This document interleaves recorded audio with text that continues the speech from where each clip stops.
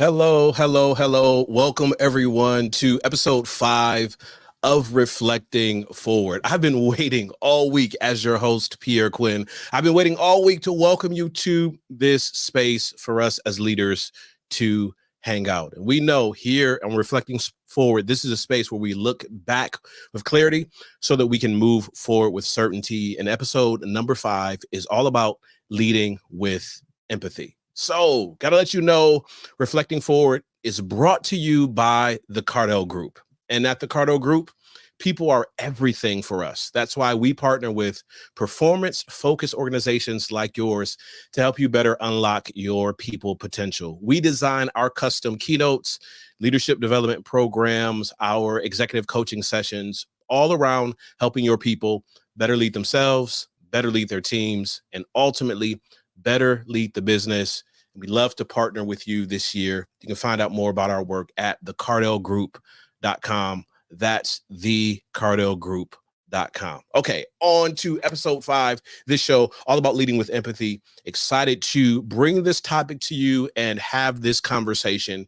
And just kind of remind you one more time that here on Reflecting Forward, we look back with clarity so that we can move forward with certainty. That's why these moments are so important for you as a leader. Look back with clarity so that you can move forward with certainty.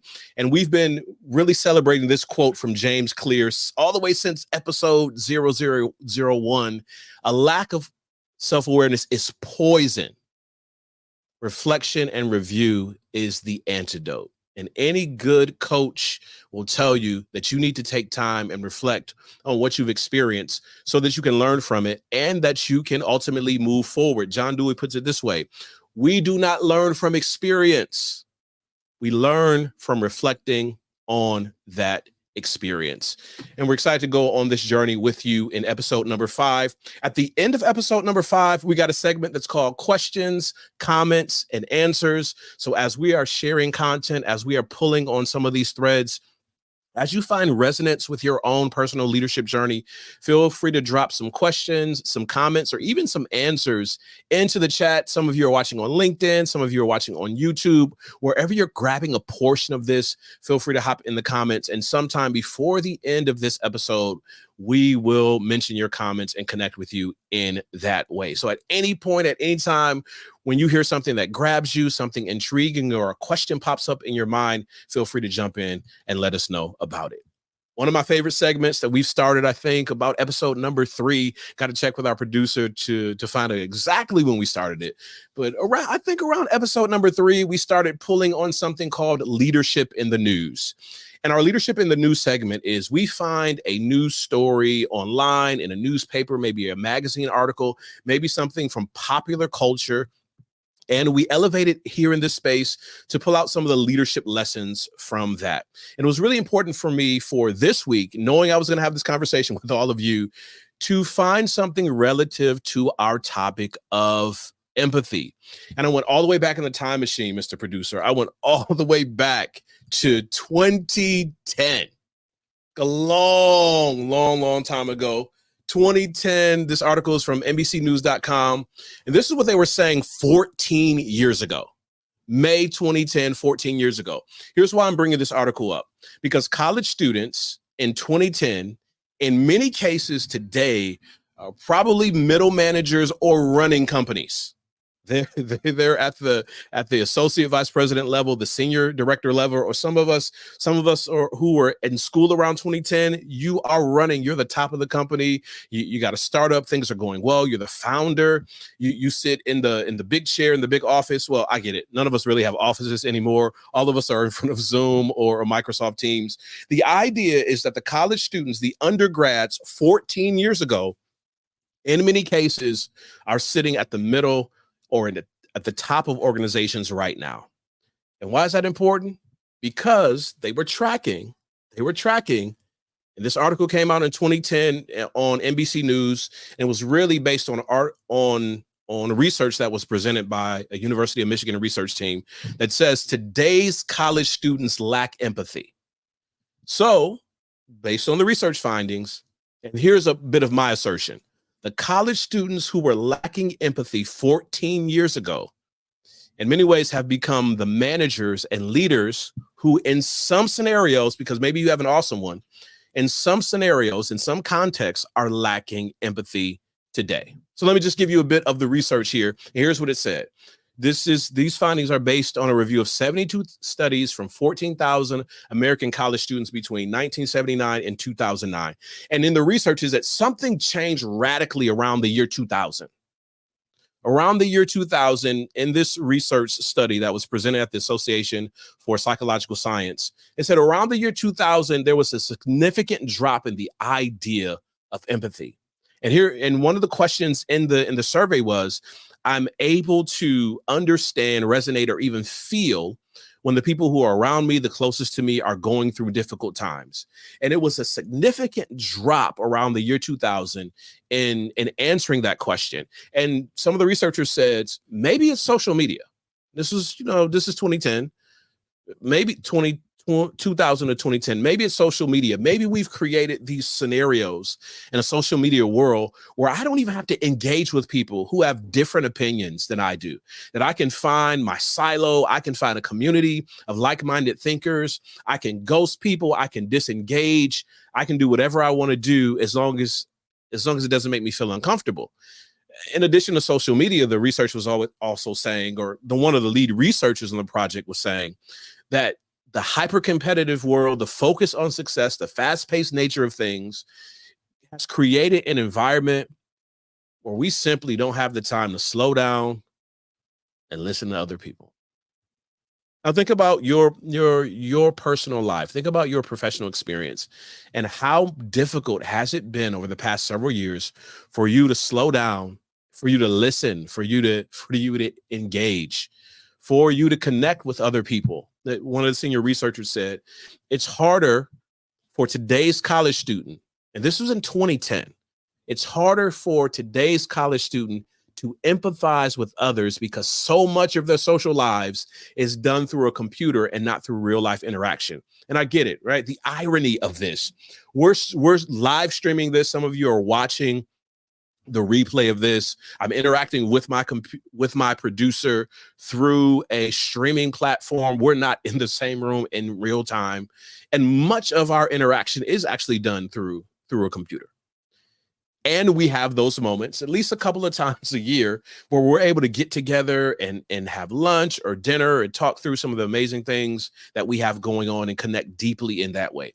But for how many people are those real world interactions, by choice or by circumstance, just missing?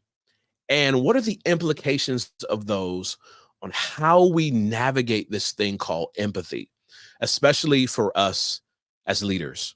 We're going to dive a little bit deeper into that topic, the implications on leading with empathy. We're going to dive just a little bit deeper, just a few moments. I'm going to catch my breath. We're going to pause for a break, and then we're going to talk about what it means to lead with empathy.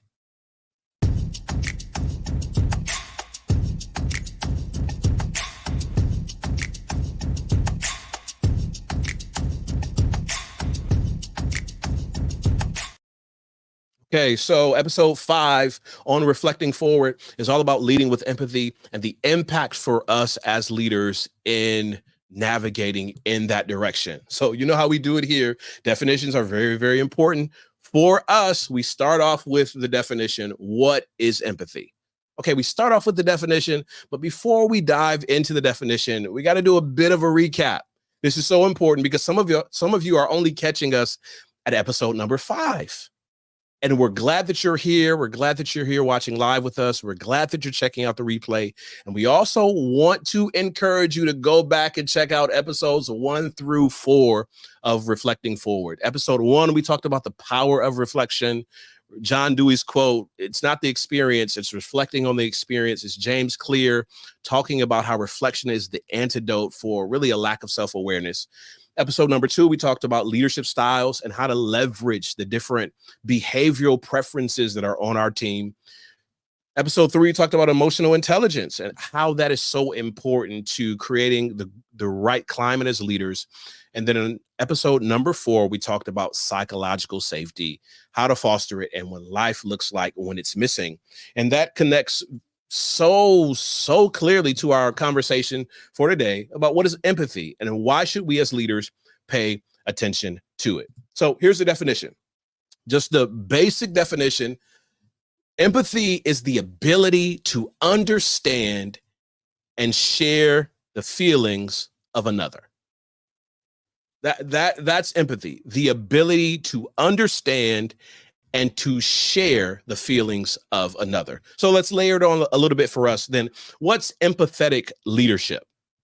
Because that's really what we want our leaders to practice. That's what we're challenging you on Reflecting Forward to practice. We want you to practice. We want you to model what it means to be an empathetic leader and to demonstrate empathetic leadership.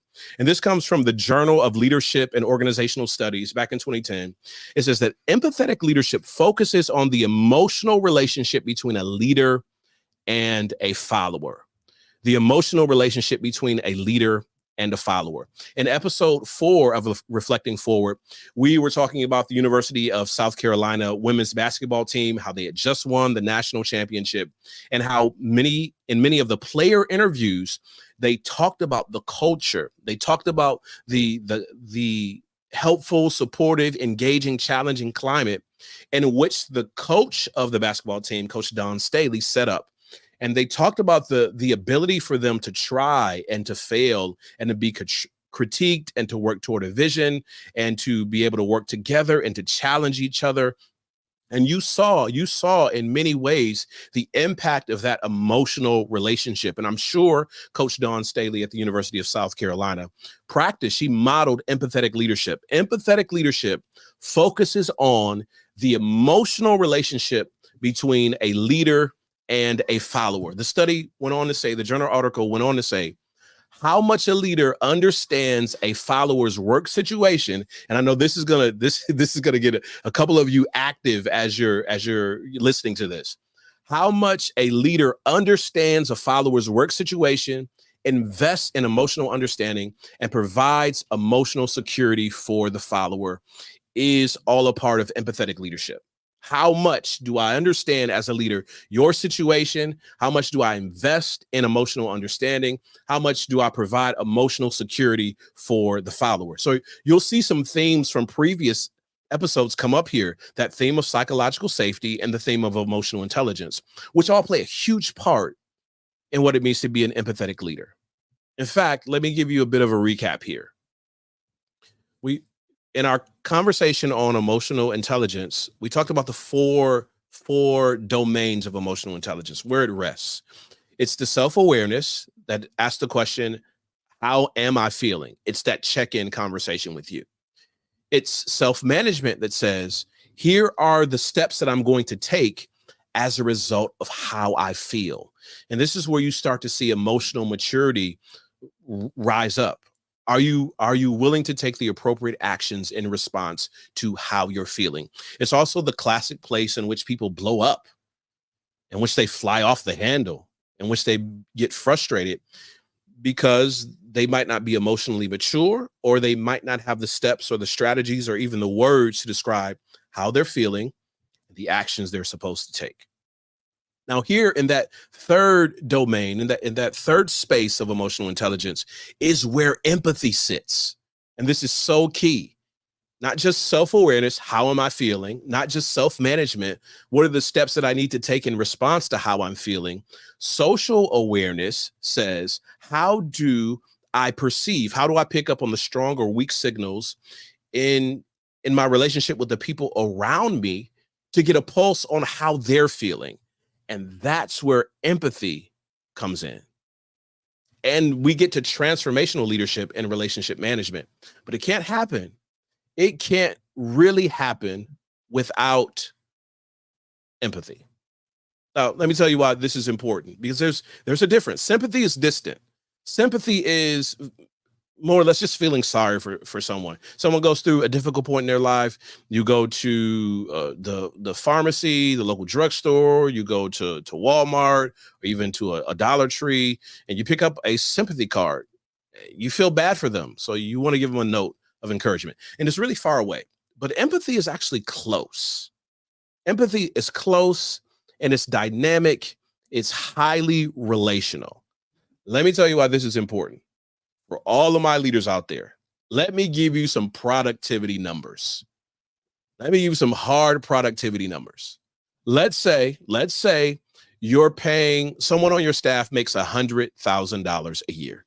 I know that caught some of your attention because you're like, I don't make $100,000 a year, but just for the sake of math, this is going to be helpful. Let's say someone on your team makes $100,000 a year. And according to that research firm, Gallup suggests, based on their research, that if an employee is making $100,000 a year, you're losing between $18,000 and $30,000 in productivity because that employee is disengaged. Let me give it to you one more time because some of you may have just paid attention to this. According to Gallup, 18 to 30% of an employee's salary is lost on that employee not being productive. And you know the number one reason why an employee is not productive? Number one, overwhelming research. If you look at Gallup, if you look at the Society of Human Resource Management, if you look at Harvard Business Review, if you look at Forbes magazine, Fast Company, whoever you want to pull down, the number one reason why employees are disengaged is simply because they believe that the leader does not care. When staff believes that you don't care, there is a dip in productivity. So even just by caring a little bit, showing a little concern, a little regard, a little interest in the lives and the well-being, in the emotional wellness, in the cultural context of your team, you are going to increase productivity. And I know that's huge because no one wants to lose money. But can you imagine losing 30% of an employee's salary just because you don't care and they disengage? When people think you don't care, they simply disengage. Now, here's a framework that I want to give you. We're getting to the other side of our conversation in episode 5. That's all about leading with empathy. I want to give you this framework. It's a military framework. It comes from a retired special forces individual from the Army.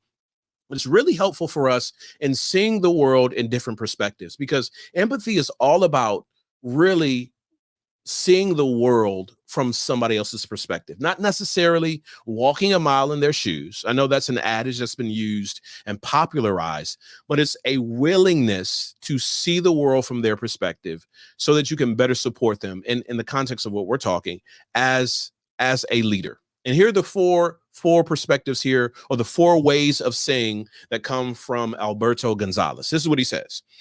There are 4 ways of seeing the world. Now, the root of this, gotta be completely honest here, the root of this is military strategy.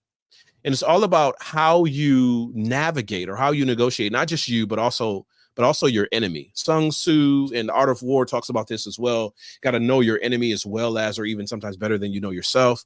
And so there's the sort of the basis or the catalyst for this discussion. And we're applying it widely to a leadership context. And it's also a part of a Army leadership training module. 4 ways of saying.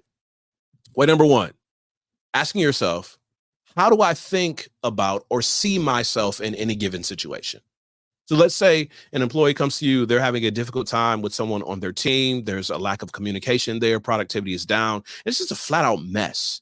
And they're stepping to you to have a conversation. They've scheduled a one-on-one and they really want some perspective. What they're looking for is some empathy from you as a leader. And we realize as leaders, in some situations, people are not necessarily looking for you to resolve what's going on.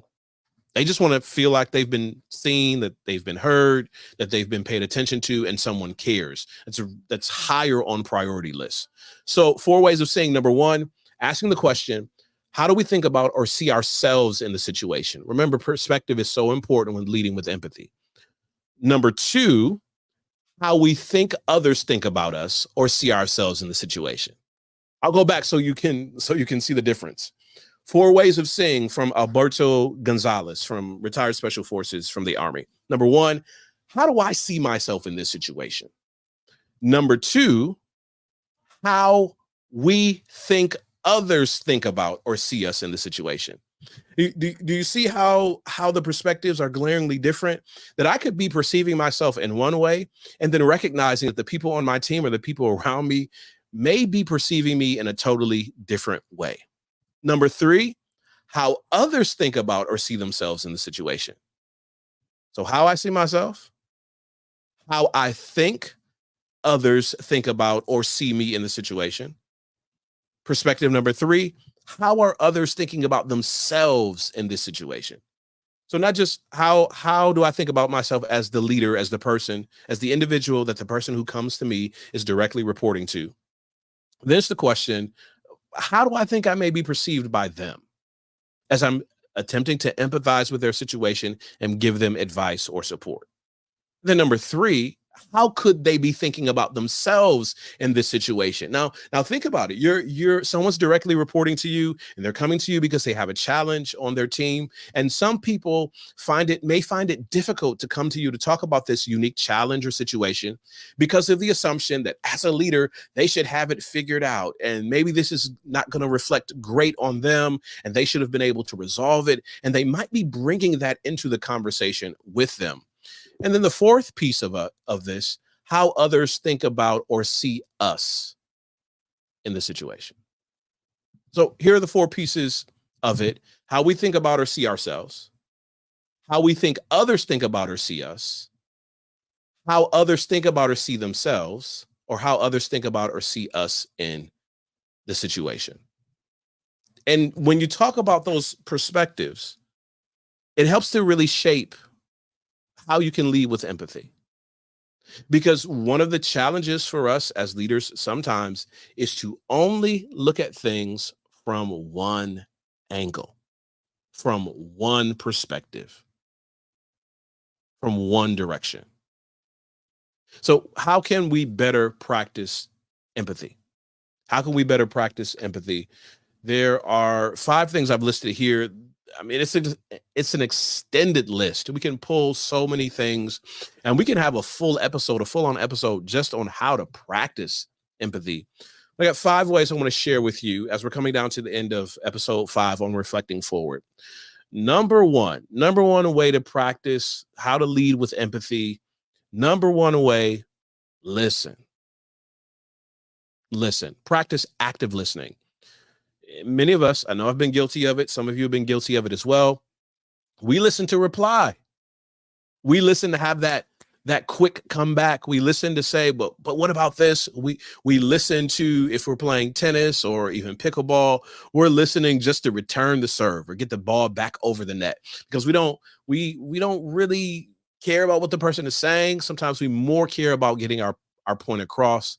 And in order for us to lead with empathy, active listening is so key. As I mentioned before in this episode, some people come to you, they don't want you to resolve their problem.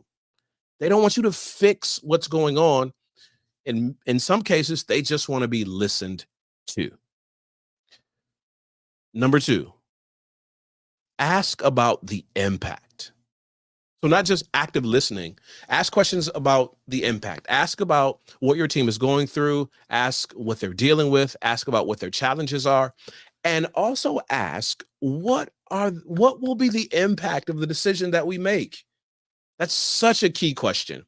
What's the impact when we make this decision, when we sign off on this deal, when we begin to execute on this project, when we add this person to our team, when we remove this person from our team, when we change locations, when we change start times, whatever we're adding, subtracting, or keeping the same, ask about the impact on the people that it's going to connect with the most. So not just listening and active listening, asking key questions, asking your people what they're going through, and then ask about what's the impact of the decisions that we're making. Number 3, recognize and regulate your emotions. We're back to that emotional intelligence piece. We're back to the psychological safety piece as well. Checking in. Hey, what's going on with me? How am I demonstrating? How am I responding to that? And what's the impact of that on my team? Number 4, share. This is big. And I know leadership has shifted over the years. And in some cases, depending on your background, depending on your upbringing, on your own sense of psychological safety and support and groundedness, this may be difficult. Share your vulnerabilities.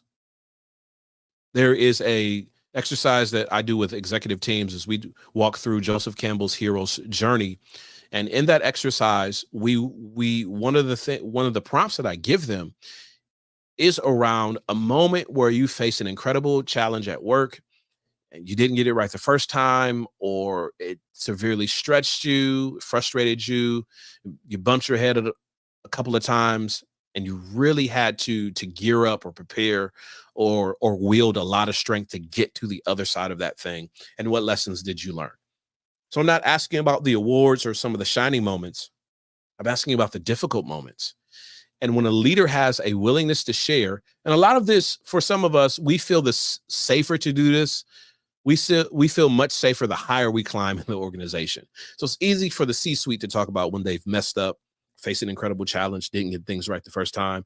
It's easy for associate vice president level or senior director level, but I'm just a manager and I can't really share.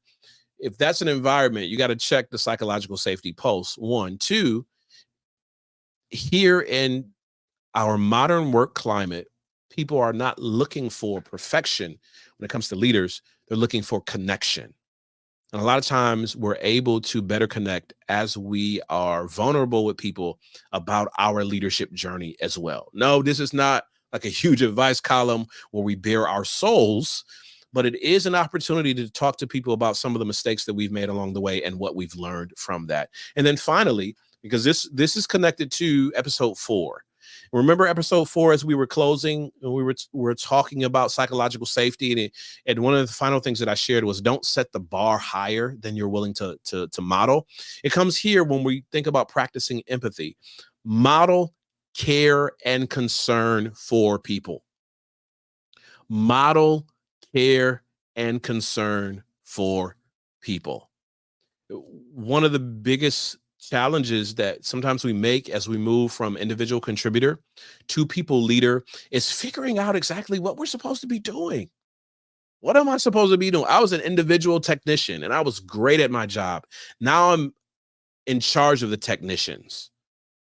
I was great in the call center, picking up the calls and responding to support tickets. Now I'm a director, I'm a manager of the call center. I manage the people making the calls.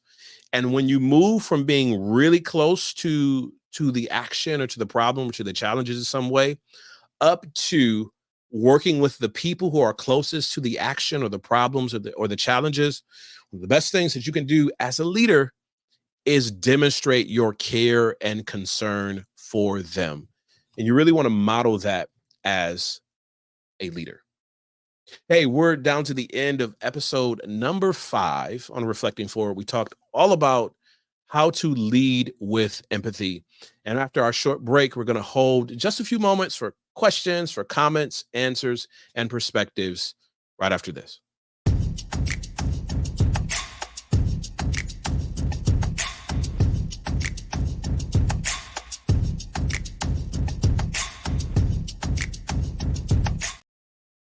Episode 5 just kind of flew by there in this conversation about how to lead with empathy. And I know this question is going to come up when we talked about emotional intelligence, psychological safety, and now leading with empathy, especially when you're in an environment where you don't feel like your leader is necessarily that empathetic.